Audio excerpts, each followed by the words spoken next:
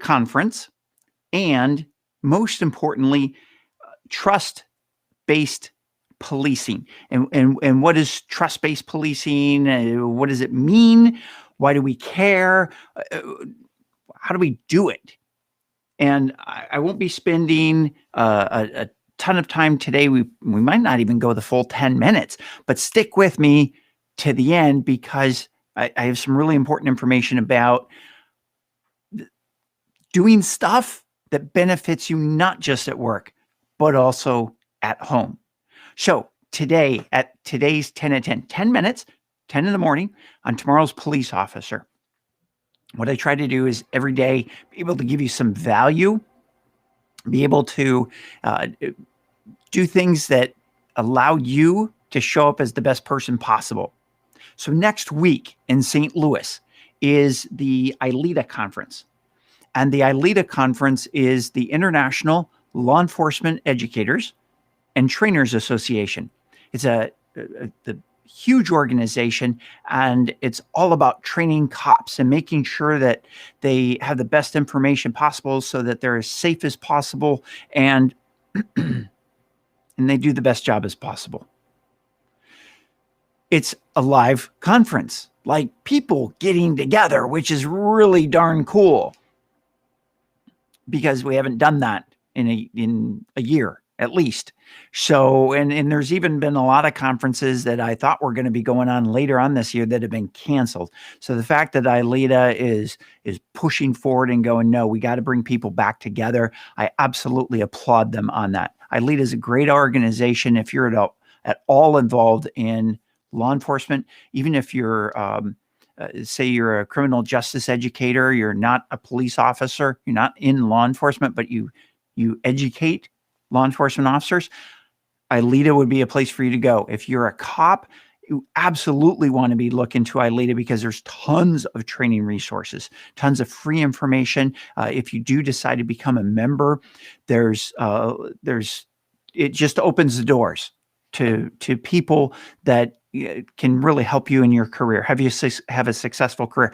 And you know that tomorrow's police officer, I'm really dedicated to making sure that you have information that helps you not just at work, but also helps you at home. So what's this idea about trust-based policing? Trust-based policing is one of the topics that I'm going to be teaching at ILEETA. And I was really honored to be selected to not just teach one, but I am teaching 6 different times during the 6 days that the conference goes on. It starts on Monday, the 22nd, ends on Saturday, the 27th. And it's just going to be a jam-packed week. I'm going to be coming to you live from the conference, and I'm going to be opening up the trainings. I'm going to be giving you golden nuggets every day from the trainings that I did, just short little snippets, because I want to be able to have you experience what ILEETA is all about. Now, one of the topics is trust-based policing.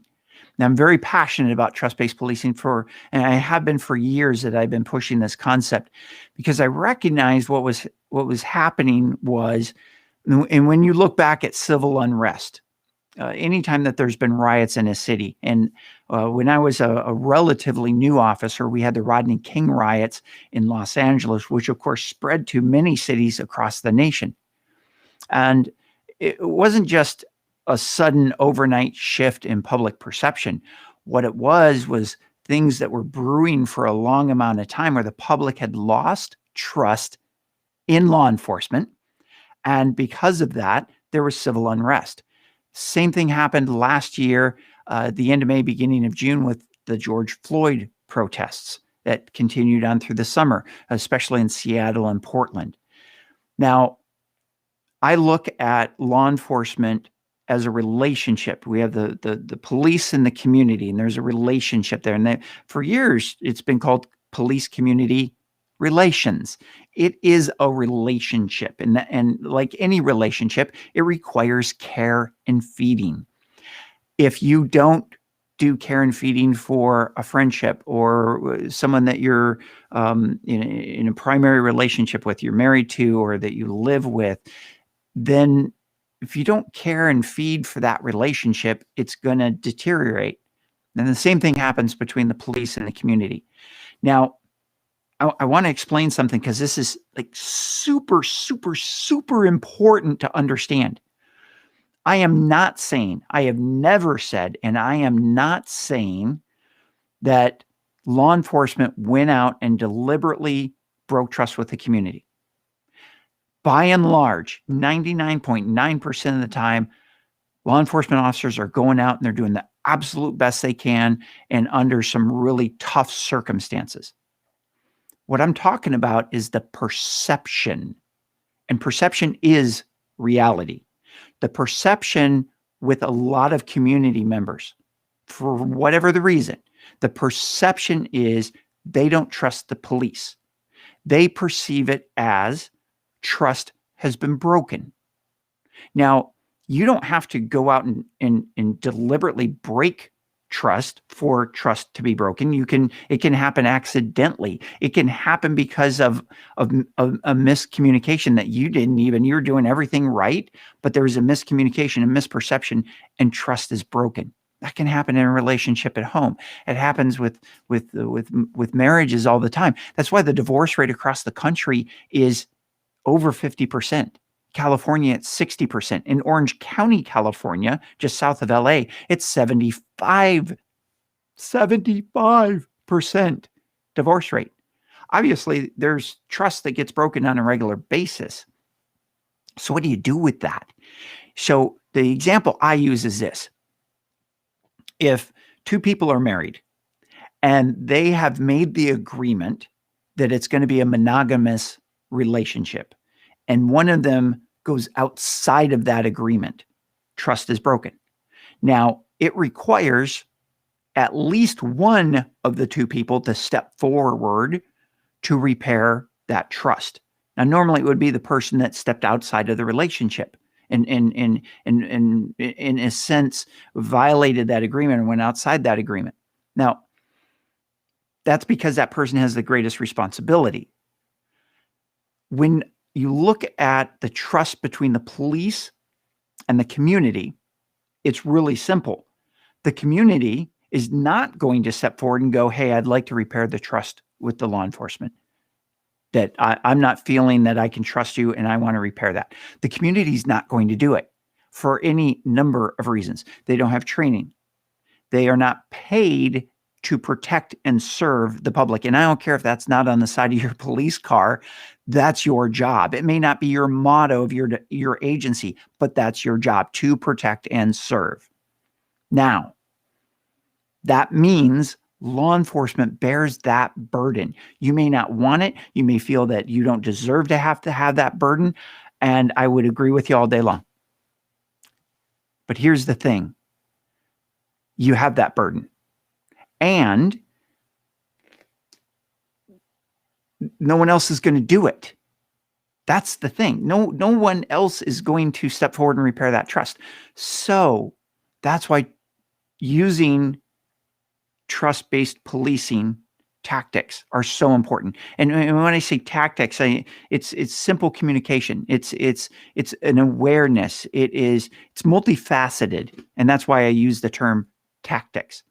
And I also use the term tactics because when we think about tactics, we think about design, we think about planning, we think about deliberate things in tactics. If we're going into a firefight, we're going to make sure that we use cover when cover is available and not just concealment. Concealment if there's nothing else available, but we're going to use cover primarily. So it's a deliberate choice. We've thought about it in advance, and then we put it into action during that situation. That's tactics. So can we use tactics with trust-based policing? And the answer is yes. We have to have the awareness of what it is to begin with. And then, okay, how do we put it into action? What does it look like? Trust-based policing has one metric. It's simple. And I designed it to be simple because I know after 30 years in law enforcement, how challenging the job is when you got so many different things going on. So here's the thing. After you get done talking to a citizen, have you done everything in your power to have them trust law enforcement just a little bit more than before they met you. Now, they might not trust law enforcement more, but they absolutely shouldn't trust law enforcement less. At a bare minimum, it should be neutral, which we don't want to shoot for neutral. We want to shoot for an improvement, because that's when we're able to individually have an impact in this area. So, have you done everything that you can to get that person to trust law enforcement more? Have you shown empathy? Have you been respectful? Have you done what you can do, everything that you can do with a limited amount of time and a limited amount of resources that you have and a limited amount of control that you might have over a situation? But have you done everything that you can do in order to help this person protect and or serve them? If you have, you've met the metric. You've met the baseline. Now, I would like to see you go above the baseline, but that's just the bare minimum. So have you met that standard? Have you met that metric? Then you're on your way for trust-based policing. Look, you're going to be the topic of dinner table conversation. So the question is, what do you want that conversation to be?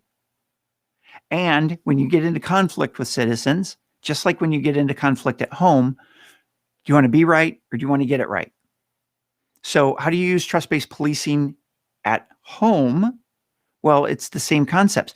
Do you listen? Actively listen. The verb listening, not just hearing. Are you fully present? Are you there in the mindset of servant leadership? Are you looking, how can I make, when I walk through that door at home, the people, whoever my cohabitants are, it could be just a roommate. It could be the love of your life. It could be your kids. It could be your pets. If you walk in the door with the intention, how can I make their life better? Then you're on your way to increasing the level of trust that they have for you.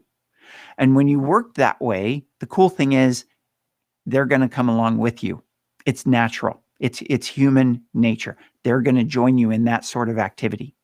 So that's trust-based policing in a nutshell. I'm going to be teaching that at ILEETA. I'm going to be having more golden nuggets for you out of these trainings all next week. So for today, it's Friday. I hope you're planning on having a wonderful weekend. Tomorrow on 10 at 10, I'm going to have my beautiful lady, Diane Halfman. We're going to be doing a 10 at 10 with you. And she's going to join me for that. Weekends are for relationship stuff. So tomorrow she'll be doing that with me Saturday. And then on Sunday, well, she won't be with me because I'm bailing out of town.